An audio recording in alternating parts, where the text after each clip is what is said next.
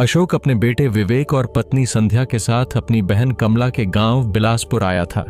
गांव में घुसते ही विवेक को बहुत तेज प्यास लगी। अशोक ने सड़क किनारे एक पुरानी जर्जर दुकान पर गाड़ी रोकी। तभी उन्होंने देखा कि कुछ ही दूर एक भीड़ जमा है। उत्सुकता में अशोक भी वहां पहुंचा। भीड़ के बीच जमीन पर एक औरत की लाश पड़ी थी।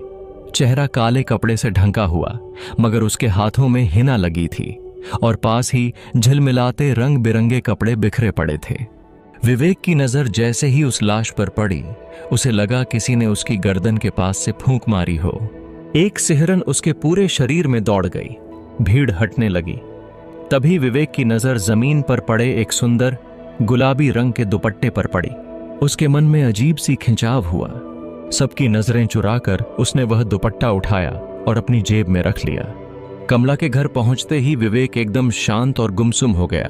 उसकी आंखों में अजीब सी चमक आ गई थी। वह रोज शीशे के सामने बैठकर उस दुपट्टे को गले में डालकर मुस्कुराता रहता। धीरे धीरे उसने चुपके चुपके मौसी की साड़ी, चूड़ियां और लिपस्टिक चुरानी शुरू कर दी। फिर एक दिन उसने खुद को पूरी तरह एक लड़की की तरह सजा लिया। जब उसके पिता अशोक ने उसे इस हाल में देखा तो गुस्से में पागल हो गए। उन्होंने विवेक को बुरी तरह पीटा और कमरे में बंद कर दिया। विवेक रोता रहा, चिल्लाता रहा, मैं कंचना हूं, मुझे मत मारो।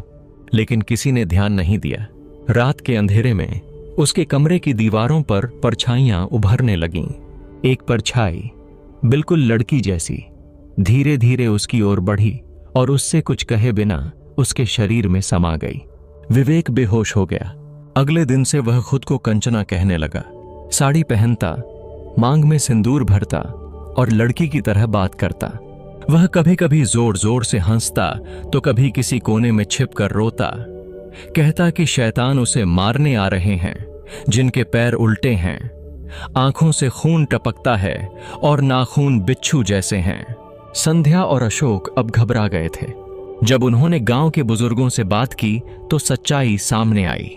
वह औरत जिसकी लाश सड़क पर मिली थी, असल में कोई और नहीं बल्कि जोया नाम की एक ट्रांसजेंडर लड़की थी, जिसने समाज की घुटन से लड़कर खुद को कंचना कहा था।